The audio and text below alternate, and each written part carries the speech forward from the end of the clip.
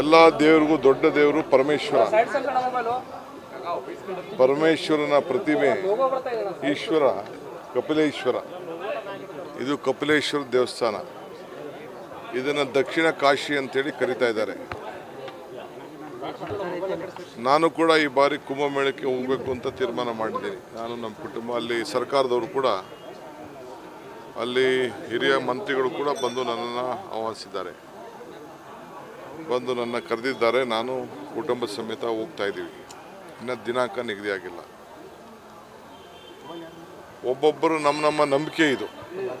ಯಾವುದೇ ಧರ್ಮ ಆಗಲಿ ಯಾರು ಅವ್ರವ್ರ ಧರ್ಮ ಬಿಡುವಂತ ಯಾರು ಹೇಳೋದಿಲ್ಲ. ಸೊ ಇದು ಮಹಾತ್ಮ ಗಾಂಧೀಜಿಯವರು ಕೂಡ ಈ ದೇಶದ ಸ್ವಾತಂತ್ರ್ಯಕ್ಕೋಸ್ಕರ ಕಾಂಗ್ರೆಸ್ನ ನಾಯಕತ್ವವನ್ನು ವಹಿಸಿದಂಥ ಹಿನ್ನೆಲೆಯಲ್ಲಿ ಈ ದೇವಾಲಯಕ್ಕೆ ಬಂದು ಇಲ್ಲಿ ಪೂಜೆ ಮಾಡಿ ಹೋಗಿದ್ದಂಥ ಇತಿಹಾಸ ಯಾರು ಕೂಡ ಅಲಗಲಿಕ್ಕೆ ಸಾಧ್ಯ ಇಲ್ಲ.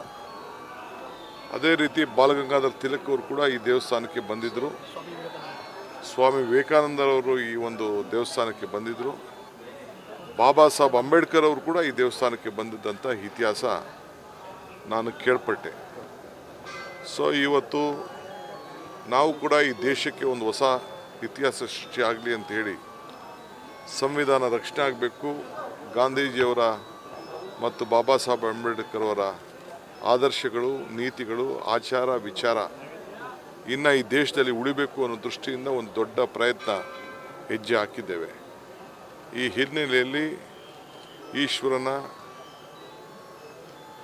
ಕಪಿಲೇಶ್ವರನ ಆಶೀರ್ವಾದ ಸಿಗಲಿ ಅಂತ ಹೇಳಿ ಆ ಸನ್ನಿಧಿಯಲ್ಲಿ ಶಾಂತಿಯಿಂದ, ನೆಮ್ಮದಿಯಿಂದ ರಾಜ್ಯದ ಜನತೆಗೂ ಕೂಡ ಒಳ್ಳೆಯದಾಗಲಿ ಅಂಥೇಳಿ ಸುಮಾರು 101 ಲೀಟ್ರು ಹಾಲನ್ನು ಕೊಟ್ಟು ನಾನು ಕೂಡ ಭಾಳ ಭಕ್ತಿಪೂರ್ವಕವಾಗಿ ಭಗವಂತನಲ್ಲಿ ಪ್ರಾರ್ಥನೆಯನ್ನು ಮಾಡಿದ್ದೇನೆ. ಕಾರ್ಯಕ್ರಮ ಕೂಡ ಯಶಸ್ವಿಯಾಗಲಿ ಅನ್ನುವಂಥದ್ದು. ಖಂಡಿತ ಕಾರ್ಯಕ್ರಮನೂ ಯಶಸ್ಸಾಗಬೇಕು, ರಾಜ್ಯಕ್ಕೂ ಯಶಸ್ಸಾಗಬೇಕು, ನಿಮ್ಗೆ ಒಳ್ಳೆಯದಾಗಬೇಕು. ನ್ಯೂಸ್ ಫಸ್ಟ್ ನಿರ್ಭೀತಿಯಿಂದ ನಿಮ್ಮ ಪರವಾಗಿ.